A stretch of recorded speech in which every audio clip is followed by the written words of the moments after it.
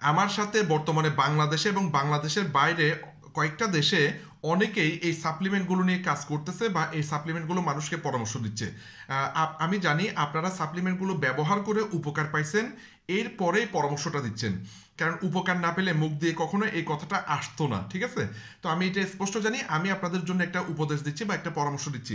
সেটা হচ্ছে কিভাবে আপনি এই সাপ্লিমেন্টগুলো রিকমেন্ড করবেন, কিভাবে আপনি পরামর্শ দেবেন। হ্যাঁ, প্রথম যে কাজটা সেটা হচ্ছে আপনি যাকে পরামর্শ দিচ্ছেন ওনার সম্পর্কে সঠিক তথ্য নিন। ওনার স্বাস্থ্যের কন্ডিশন কি, ওনাকে কিছু টেস্ট করতে বলেন, তাহলে আপনি বুঝতে পারবেন ওনার শারীরিক কন্ডিশন কি এবং ওনার কোনো নির্দিষ্ট রোগ আছে কিনা, নির্দিষ্ট রোগের মেডিসিন কন্টিনিউ উনি নিচ্ছে কিনা, এগুলো আপনি ভালো মতো জানবেন। এরপর ওনাকে এই 4টি পরামর্শ দেবেন, এই 4টি ধাপ মেনে চলতে বলবেন। হ্যাঁ, 1 নাম্বার হচ্ছে ক্লিনজিং। প্রথমে ওনার টক্সিন বা বিষাক্ত পদার্থগুলো বের করে দিতে হবে, ঠিক আছে? এটাকে বলা হচ্ছে ক্লিনজিং। হ্যাঁ, এই জন্য উনি যেটা ব্যবহার করা দরকার সেটা উনি ব্যবহার করবে, ঠিক আছে?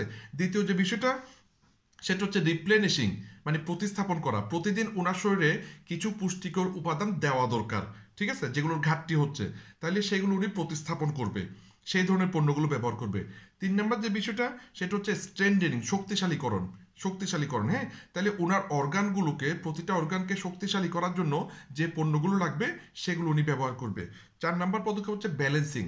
হ্যাঁ, এরপর উনি মানে ব্যালেন্স করবে, মানে ওনার এক্সারসাইজ করবে, প্রতিনিয়ত পণ্যগুলো ব্যবহার করবে, ঠিক আছে?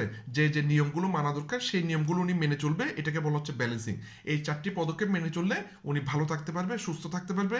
এইভাবেই আপনি ওনাকে বুঝিয়ে দেবেন, অথবা আমার ভিডিওটা আপনি ওনাকে শেয়ার করতে পারবেন। তো ধন্যবাদ। কোনো প্রশ্ন থাকলে কমেন্ট করবেন। ধন্যবাদ।